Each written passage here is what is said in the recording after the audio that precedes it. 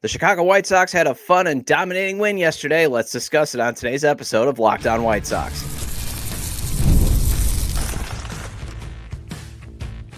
You are Locked On White Sox, your daily Chicago White Sox podcast.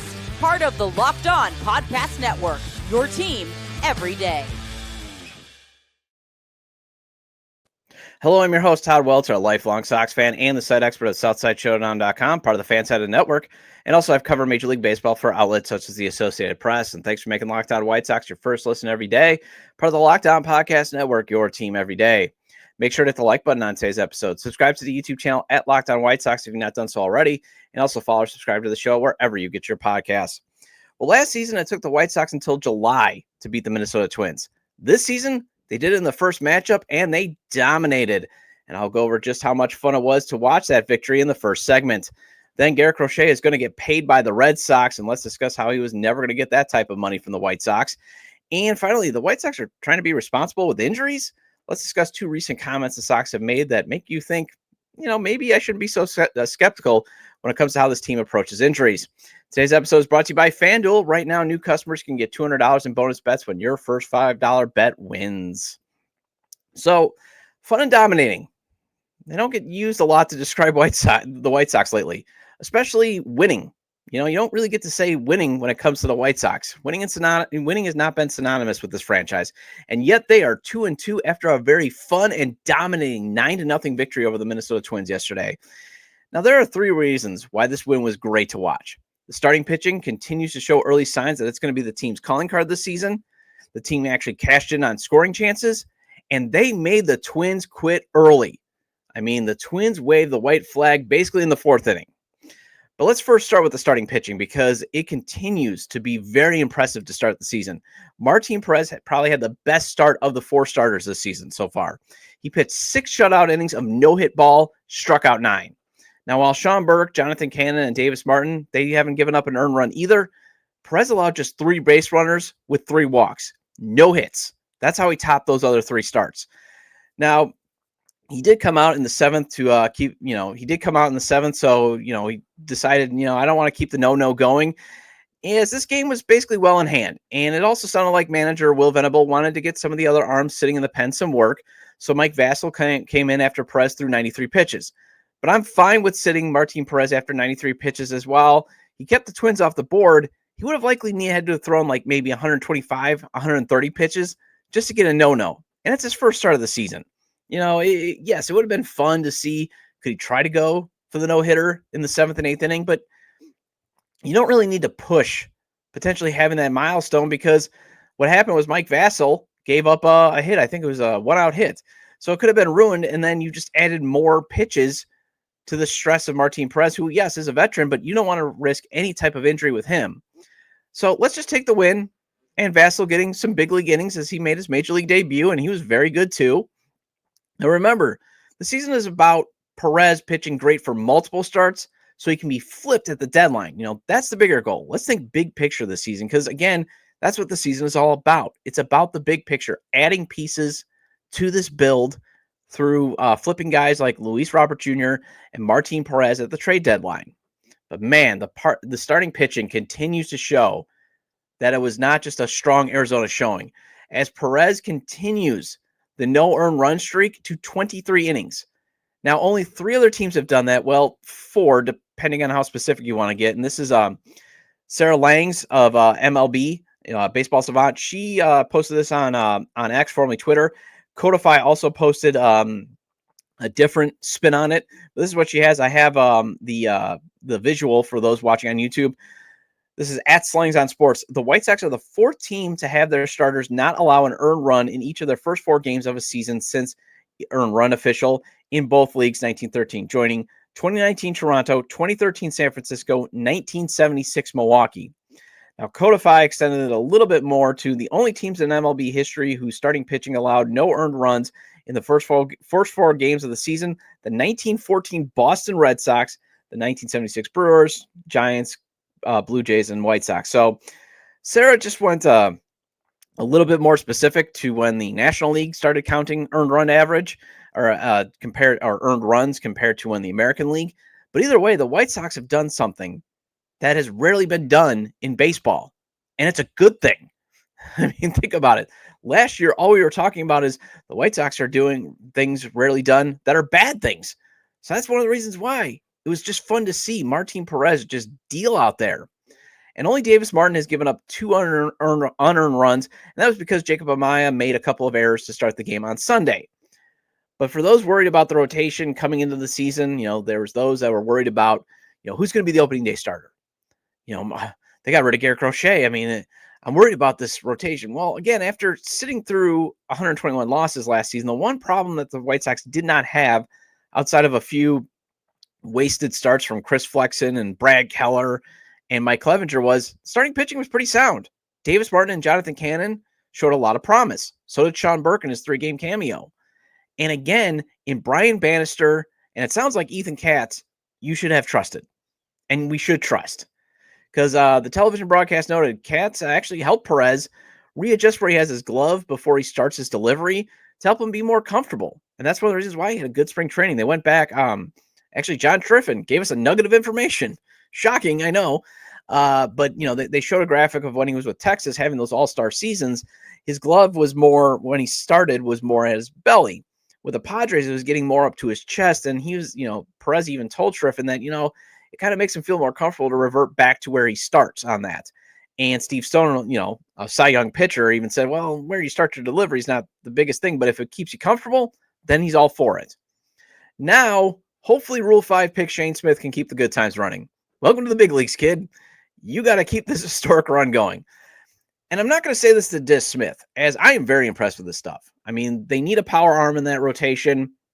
I'm very excited for what he can do, but it would not surprise me to see him break the earned run streak today or tonight. I hope he has a decent start, but I could just see him having that pumped up, making his first career start jitters.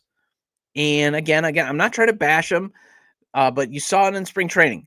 His first ever spring training start, he was terrible in the first inning. He got crushed. Now he gets the jitters out, comes back in the second inning, mows him down, and he has a great spring. Now, the hope is he doesn't put the Sox in a deep hole or just maybe none at all. That's the thing. And I'm not trying to put the jinx on him or anything like that because, again, I hope he actually just comes out. Maybe spring got him acclimated to being like, hey, I can compete with these guys. I don't need to have jitters. But, you even saw Jonathan Cannon in the first inning. He threw on Saturday. He threw 32 pitches because he said, he's kind of amped up. You kind of just, it's your first start of the season. You're ready to go. That type of stuff. You get all excited. So I could see Shane Smith having that. But again, let's hope he keeps a good time rolling. And let's hope he can prove that he is worthy of being the 5th starter of the season. But again, after a weekend of full of either not having many base runners, like on Saturday, or just not cashing in on scoring opportunities, like on Sunday, the Sox jumped out early and often on twin starter Chris Paddock. I mean, they just tattooed him to start the game. Andrew Vaughn, welcome to the season. Now, to be fair to Vaughn, he was hitting the ball hard against the Angels. He finally gets that 9th inning double, but man, he crushed one. A 3-run shot in the first after Miguel Vargas got a leadoff hit, and Luis Robert Jr. drew a walk. I mean, I remember Steve Stone even, in the beginning of the game was like, don't expect many home runs because it's colder. The wind's a little bit mixing around. And Andrew Vaughn absolutely tattoos one, clears into the left field. And again, if he's pulling it, you got to feel confident that at least Andrew Vaughn can have a decent season. Let's just hope he has above replacement level. But man, give him his due. That was a shot. Next inning, it's Luis Robert Jr. driving in a run. And Andrew Benintendi hitting DH, by the way. Please just keep him at DH. Please. He seems much more comfortable. He seems up to the task. At least keep him at DH until Kyle Teal and Edgar Carroll come up. Please and thank you. But he goes out and he crushes a 3-run shot. And then next inning, it's Michael A. Taylor. He hits a 2-run blast. And that leads me to the final thing that made this win just so nice to see. The Twins gave up early. Byron Buxton and Carlos Correa were pulled by the 4th inning. Manager Rocco Baldelli threw up the white flag in a hurry. He basically threw a lot of his guys on the bench to give him, hey, I mean, it felt like he was managing a spring training game out there. He was like, well, this game's done. No need to put my two stars who are always injured at risk. But for the second time this season, the Sox forced a position player to pitch Will Castro was out there in the ninth inning throwing basically BP pitches. He was throwing like 38-mile-an-hour curveballs. And, it was fun to see. It was fun to see because the Twins just dominated. And I talked about it on yesterday's episode. They just dominated the White Sox last season. And I know it's only one game and it's one victory. And it's only, it's only 2 of 4 games that they've won. But after enduring last season, and just seeing them getting pasted by the Twins, it was just fun to watch. It was just fun to enjoy. The Twins just finally say, you know what? This game's done. We're not going to try. Let's just get through it. Swing at what you can. Let's just get out of here. And, again, it was nice to see the progress that this season, the progress that I was talking about on yesterday's episode. If you want to look for some progress under Will Venable, just don't be that get-right team that the team was for the league last season. Be a thorn in those team sides. Fight them. And the Twins are down right now, and the Sox kept them down. Now the next bar to clear, if you just want to look for signs of progress under manager Will Venable, and I know it's early, but a nice little early sign that you could get is, in the next bar that they could clear is, can they keep the Twins down tonight? Don't allow them to regroup and get right tonight. Well, one reason Garrett Crochet was traded in the offseason was because the team was just not going to meet his extension asking price. Turns out it was a big one as he signed one with the Boston Red Sox. And let's discuss how he was never going to get that record-setting money from Chicago's AL team next on Locked On White Sox. March Madness is here, and FanDuel is giving you the chance to get in on the action like never before. Right now, new customers can get $200 in bonus bets when your first $5 bet wins. That's $200 extra bucks to use on everything from buzzer beaters to Cinderella stories and to even who's cutting down the nets. And it's down to the Final Four, and FanDuel makes it easy to back whoever you want to win the whole thing with spreads, totals, and game props. And I always maintain their spreads, money lines, and the over-unders, they're great to play. But if you want to win big or at least double your money, the props, the parlays, and the futures, that's the way to go. The FanDuel app is simple to use, so when you win, you get paid instantly. No waiting around. So visit FanDuel.com and get in on the college hoop actions all tournament long.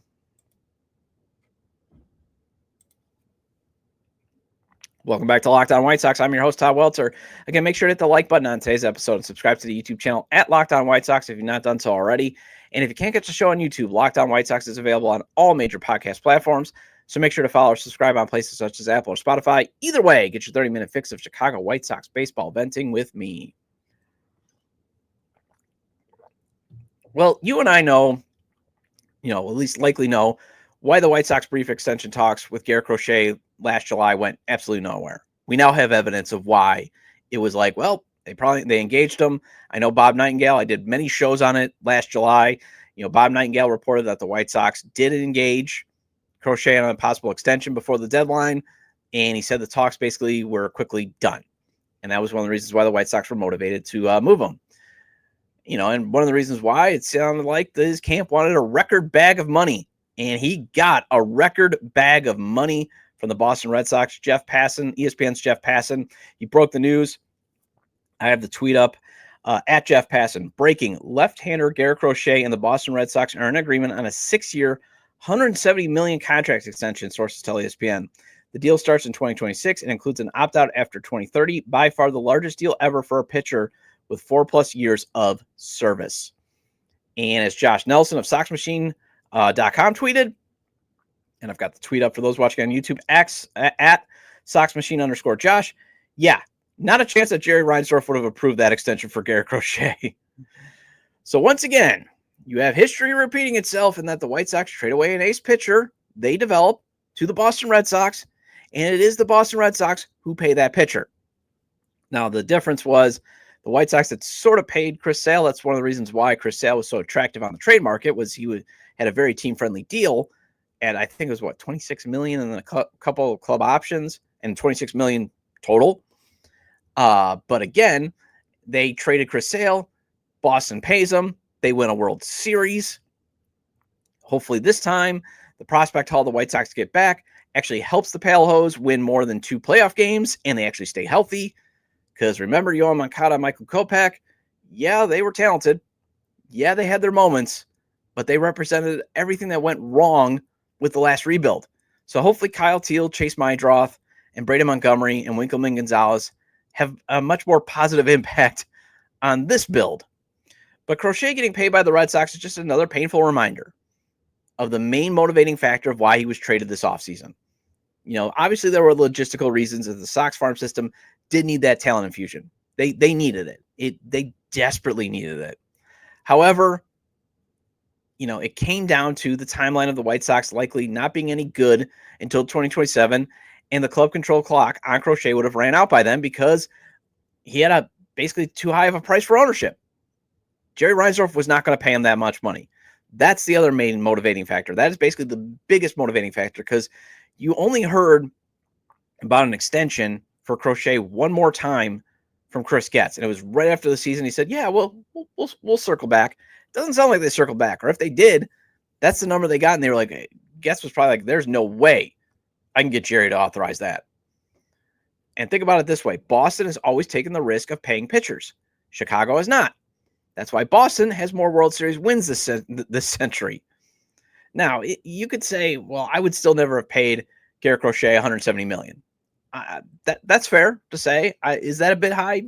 Even for my thinking, I'm thinking that's about $30 million too high.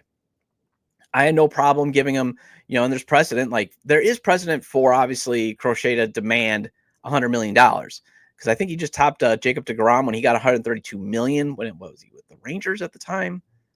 I forgot. I mean, I saw it on X that's what he's topping. And also Tyler Glasnow getting I think $135 million from the Dodgers. I thought that was more of the range where Garrett Crochet, if he was going to go for $100 million, I would have been comfortable there. But going to $30 million, hey, the thing that I would ask though, if you had to go an extra $30 million, think of it this way: you could have had a great starting rotation of Garrett Crochet, a potentially realized potential Noah Schultz, a realized potential Hagen Smith, a realized potential Grant Taylor, and say Sean Burke. Think about that rotation for the rest of the decade. Oh boy. Now, obviously, it's Crochet and then 4 what ifs. But if all the what ifs work out to your favor, and the White Sox have had a trend of the what ifs, at least when it comes to pitching, working out, could you imagine that rotation for the rest of the decade? I might have to seriously consider that because especially in this build, how the White Sox are going to get built back up is through pitching. I mean, you look at their system. Yes, they have all the Tommy John surgeries that have ravaged a couple of their prospect pool, but I'll get to that in the next segment. But they are using pitching to turn things around with, because again, Taylor, Schultz, and Smith, they're healthy. They're going to be at AA. They might be working their way up soon. Sean Burke has, in his cameos, has shown that he could be the real deal Holyfield. So, yes, you could have you needed the bats, but draft bats in round 1 through 4 then. In the meantime, if that meant having Crochet, Schultz, Smith, Taylor, Burke, especially if it only would have cost you $170 million and you weren't going to be paying the rest of those 4. That was always my gripe with this. We need to trade Garrett Crochet, that being the main motivating factor. And if you say, well, again, we needed the impact bats, fine, deal Davis Martin and Jonathan Cannon if they keep showing what they can do this season, because they'll still be under club control. I mean, I get that those two are not going to be bringing back 3 potential starters, but man, I mean, think about it. Having Crochet locked up through the decade along with those 4 pitchers I mentioned under club control, that could have also sped up your competitive timeline. But no. Owner Jerry Reinsdorf doesn't spend $100 million, let alone record money on a pitcher. And I mean, this has been going back to Blackjack McDowell and Alex Fernandez. I remember, first it wasn't the money that wasn't a total issue for Jerry. It was the years. He would never give a pitcher 5 years. Never on a million years would he give a pitcher 5 years. That's why Blackjack McDowell and Alex Fernandez left in the 90s. And then he paid John Danks. And John Danks has that shoulder injury. And then it's been ever since we can't really be paying these guys because they get hurt. But as I'll talk about in the next segment, there's only so many bullets in those figurative arms, and strikeouts are going up by the day. You have to start spending the market rate. And it is one reason then that you and I have to thank our lucky stars. The Sox have an adult in the room like Brian Bannister who's figured out, Jerry, he ain't going to be paying these guys. So he basically has the ear of Chris Getz, and he's saying, you need to keep drafting pitchers because this owner isn't paying for it. We need to keep replicating these guys. And I would have loved to be a fly on the wall when Crochet's camp gave Getz their figure, because I could feel I could see Getz too. And to be fair to Getz at the time in July, I could see him being like, well, maybe 40, 80 million. Okay. And then boom, not only is it over 100 million, but it's probably a record amount. And I could see Getz being like, yeah, okay, I'm going to just answer this phone from the Dodgers, see what they can give me. But again, could you have actually had an authentic double back in the offseason just to make one more run and then really consider, you know what, strikeouts are getting more expensive these days. And he's the only guy that we would need to pay because, again, Luis Robert Jr., he's going to be 20 million if he lives up to his potential, but maybe you got to flip him instead for the bats. And Andrew Benintendi's, going to be cleared off in 2 years.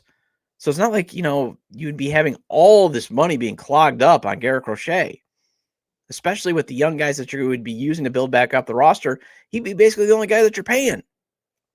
But hey, check that, scratch that, because again, there's no way Getz could seriously walk into Jerry's office and get that authorization. And the reason that you should be furious is Brooksgate. They had this recent figure out on X, formerly Twitter. And again, this is one of the reasons why you should just be a little bit more frustrated with Jerry Reinsdorf. They have listed how much revenue each MLB team generated last year and how much of that is going towards the payroll this year. The White Sox are 29th in the league in terms of what they generated and what they're putting into their payroll. So an owner who doesn't have to pay rent, remember, he doesn't have to pay rent on Rate Field if he draws less than $2 million, which he basically did last year, and he has additional Sweetheart Stadium perks, he's reinvesting only a third of the revenue, whereas the owner who he fought to keep out of baseball, Steve Cohen, is pretty much putting all of his money back into the product. Man, Justin Ishbia cannot own this team soon enough.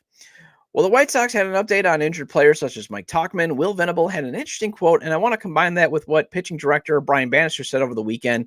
That got me thinking, should we be so skeptical regarding the Sox and the injuries that they keep suffering? Let's discuss that after the break on Locked On White Sox.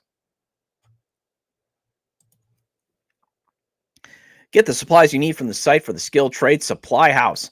Whether you're in plumbing, HVAC, or electrical work, Supply House is the reliable way to order products online. Their easy-to-use website is packed with helpful resources and the latest product info to help you get the job done right. Plus, with a complete inventory of over 200,000 parts from 400-plus top brands, you'll find exactly what you need delivered fast from coast to coast.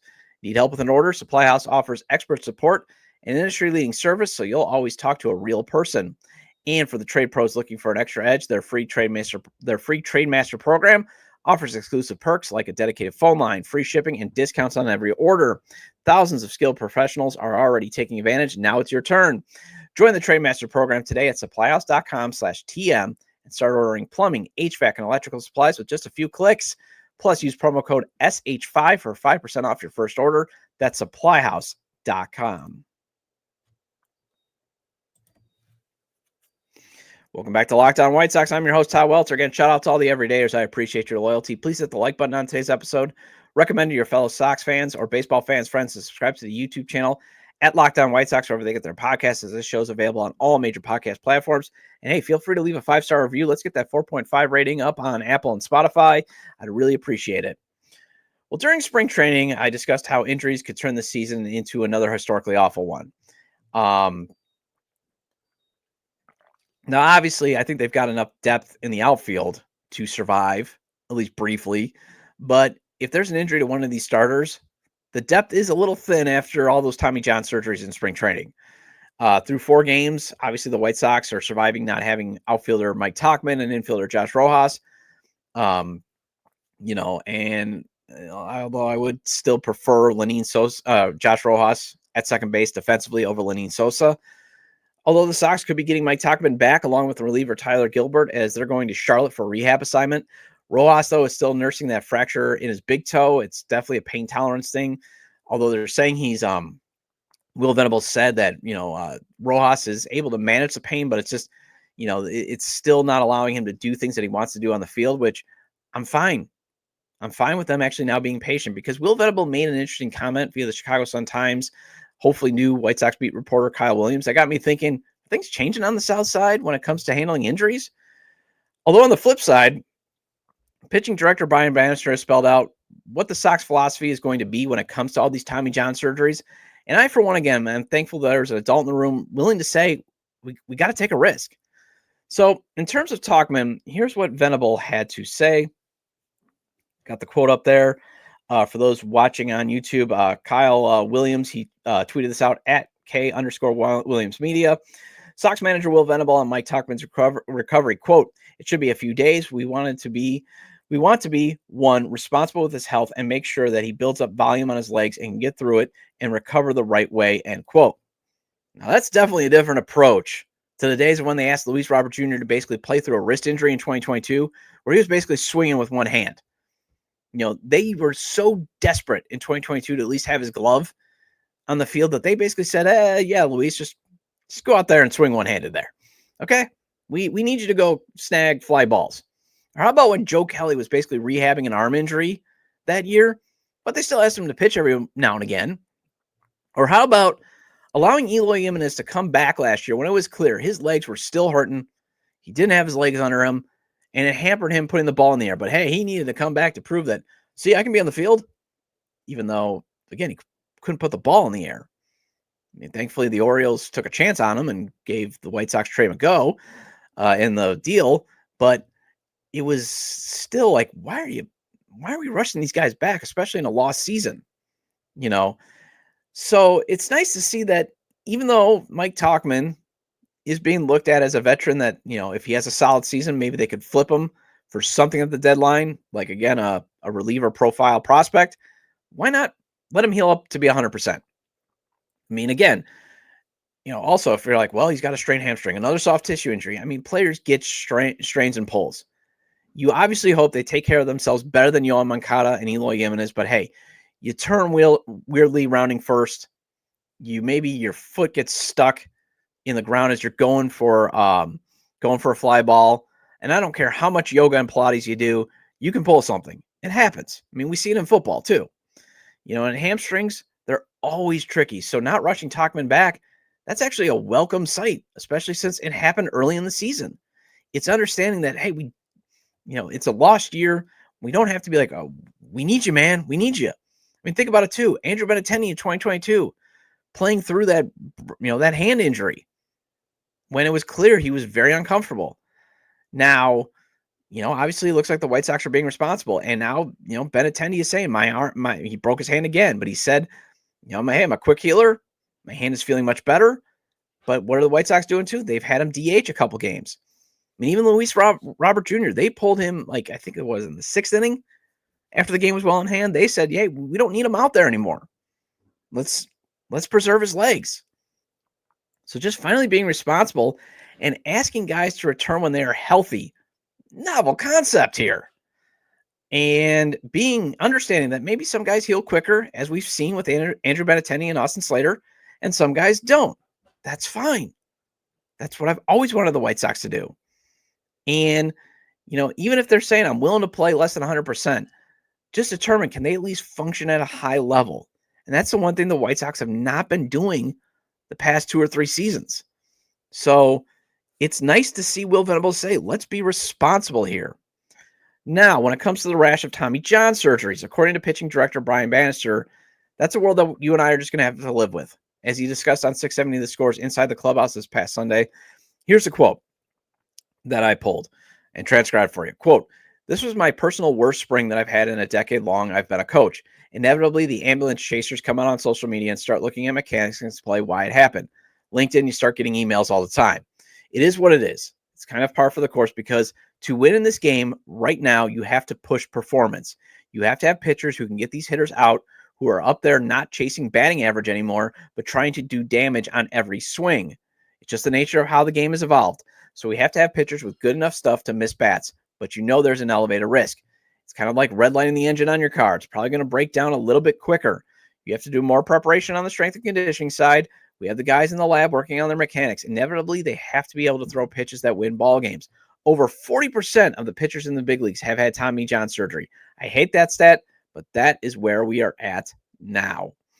So I think score personality Lawrence Holmes got it correctly. Before you start saying today's pitchers, they're soft, they're not going long, Baseball just doesn't have definitive evidence of what is causing these elbow injuries. Could it be the mechanics? Could it be more velocity? Could it be the more use of, spin stuff? Maybe it's just asking the human body to do something that is unnatural, and there's just a lot more pitchers throwing than there were in, say, the 1960s. Maybe that's why, again, it seems like an issue. Because you got to remember, there's just more teams. But either way, getting freaked out by 5 young arms needing Tommy John surgery, that's just what is happening in baseball. And you're fine if it is the elbow, because this surgery has become so routine. The only thing that you lose, as Brian Bannister basically alluded to, is you just lose time. If it's the shoulder or rotator cuff, then you got to be scary. Then you got to be scared. But think about it too. What I like is about Brian Bannister is he's got these concepts of like just being realistic. I mean, he's the guy who said, if you're going to trade Garrett Crochet via SoxMachine.com, you better be ready to replace him. That's why they took Hagen Smith in the draft. So I hope that Brian Bannister is also influencing the Sox need to hammer pitching in the draft if this owner won't accept the risk of paying pitchers. Well, that wraps up this edition of Locked On White Sox. I'll be back tomorrow with a little nugget Bob Nightingale recently shared that showed the White Sox made a terrible trade last offseason. Feel free to leave comments about today's discussion regarding the Sox having a fun and dominant win yesterday over the Twins, the team never being willing to spend that much money on a Garrett Crochet extension, and how the team is approaching injuries lately. You can leave them at the episode page on YouTube, X, formerly Twitter, at Todd J. Dub, or at Locked On Sox, or you can email me at lockedonwhitesox@gmail.com. Have a great day, and I will see you tomorrow.